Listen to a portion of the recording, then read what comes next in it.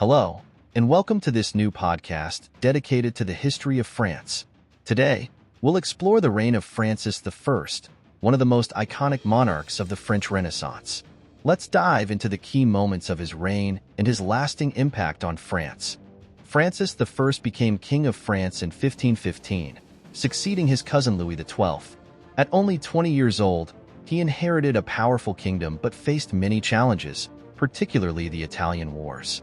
One of his first major achievements was the famous Battle of Marignano, where he secured a brilliant victory against the Swiss, consolidating French control over the Duchy of Milan. This triumph marked the beginning of his reign and elevated his prestige across Europe. Francis I is often called the King of the French Renaissance. Passionate about art, culture, and science, he invited renowned artists to his court, including the legendary Leonardo da Vinci, who lived at the Clos Leuce near Amboise. Under his reign, the Château de Chambord was built, symbolizing the luxury and elegance of the era.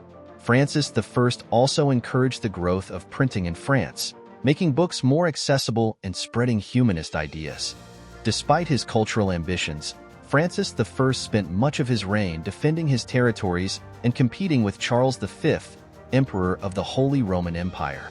This rivalry led to costly wars and complex alliances, particularly with England and the Ottoman Empire. Francis I faced setbacks, such as his capture at the Battle of Pavia in 1525, but he managed to preserve the kingdom's integrity. The reign of Francis I was also marked by the emergence of the Protestant Reformation.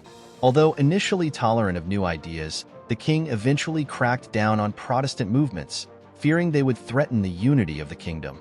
This marked the beginning of religious tensions that would later culminate in the Wars of Religion. Francis I died in 1547, leaving behind a kingdom transformed by the Renaissance. His reign shaped France's cultural identity and laid the groundwork for a centralized monarchy. Nicknamed the Father of Letters, he is remembered as a visionary king, though often confronted by military and political challenges. Thank you for listening to this episode about Francis I. If you enjoyed this journey into French history, don't hesitate to subscribe to the channel to discover more fascinating stories. See you soon for the next episode.